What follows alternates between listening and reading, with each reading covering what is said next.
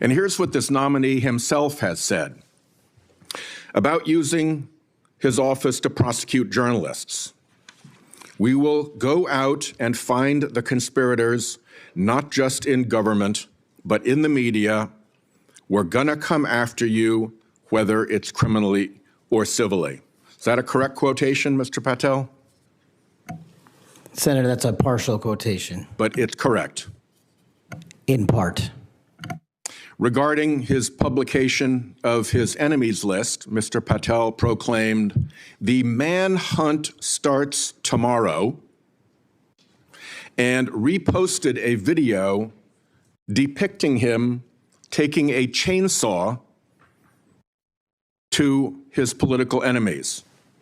Is that you, Kash Patel, reposting that at the top of that page?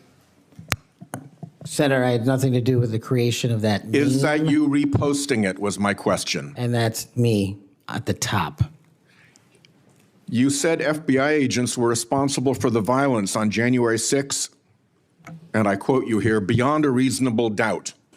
Is that what you said? That's completely incorrect, and I appreciate the opportunity to address that. I'll give you an opportunity in writing, but this is my time now.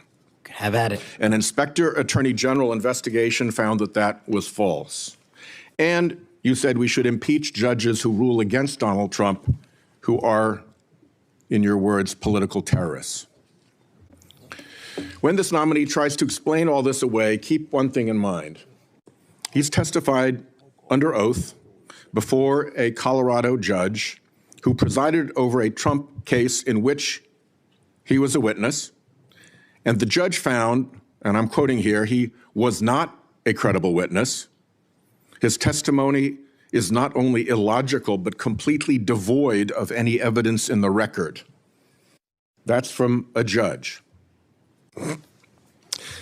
This is a dangerous time, and I ask all my colleagues to consider whether these plain comments by this person and by his own Trump administration colleagues should be given a blind eye, just overlooked, or whether, like the warnings of pardoning violent January 6 offenders, they're warnings to be heeded. There is an unfathomable difference between a seeming facade being constructed around this nominee here today and what he has actually done and said in real life when left to his own devices. Conduct shows character. And if you look at history, you see the danger of security chiefs in authoritarian regimes becoming the tools of political power. The characteristics that they often show are that they are vengeful, that they are grandiose, that they are intemperate, that they are partisan and blindly loyal, and that they are servile and won't say no.